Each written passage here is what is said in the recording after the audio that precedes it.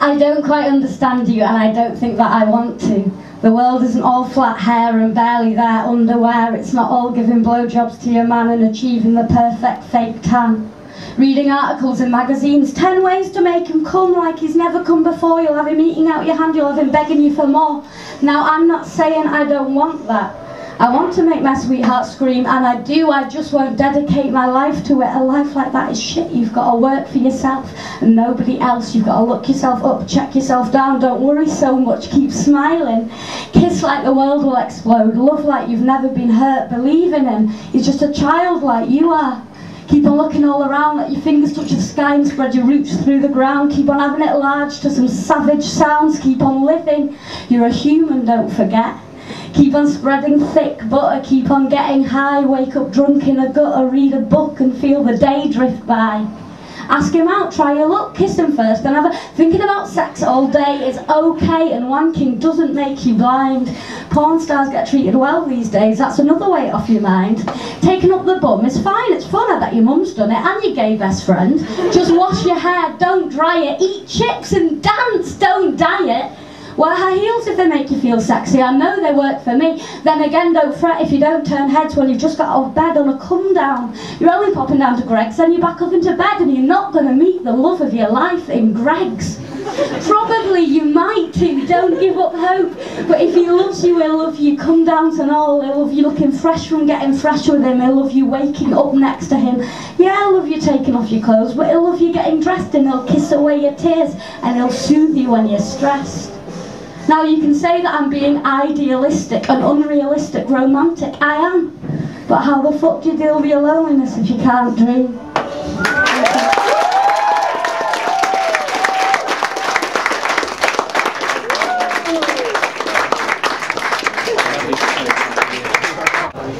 Well, if the body is the garden of the soul, then my oh my, he made mine grow.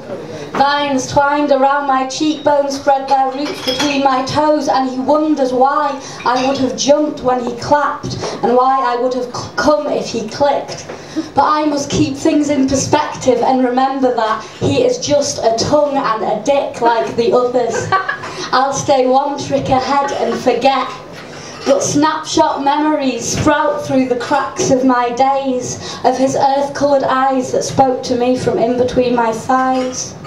I have sacrificed my dignity to wallow in his ways.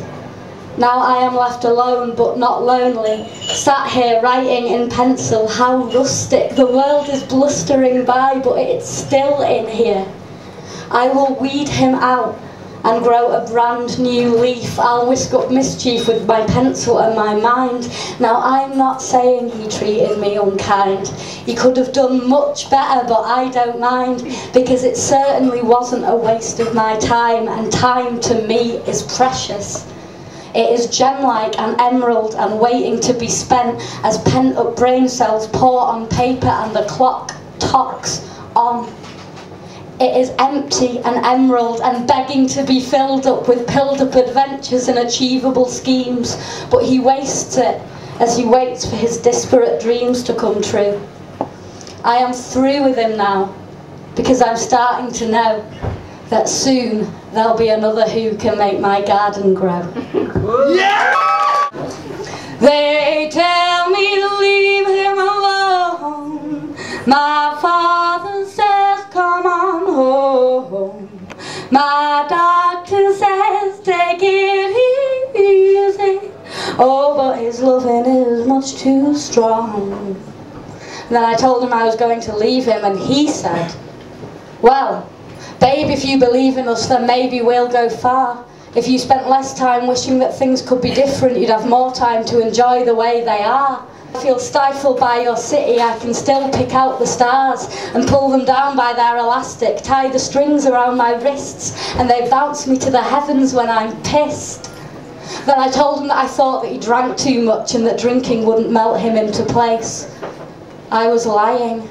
His face lights up, his ignorance is blissful. I want to kiss him as he stutters up the stairs. He is vulnerable and childlike and so in want of me that I can't resist the tainted slip of his beer-stained and my wine-painted lips. His hands almost too hard pushed down on my hips.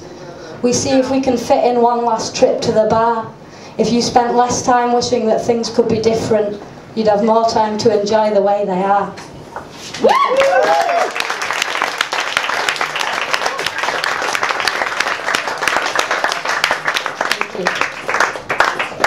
I can see the music.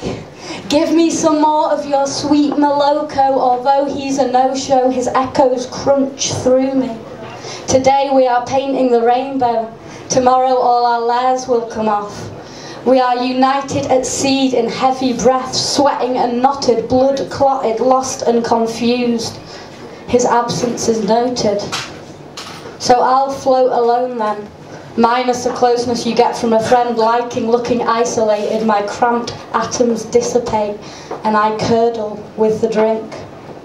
But we keep on walking through dead leaves under a creamy sky. Alone I am self-contained, but together we are beautiful, we are acidic, we are fine. There is enough symmetry in here to satisfy us. So we revel in our dialectic, a hectic mess of letters as we talk away our time. Though the bricks of this city dictate our bodies, the snow and the sky seem to free our minds. We are young, we are happy, we are blind.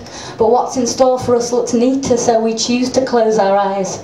We will not grow up tame like they have.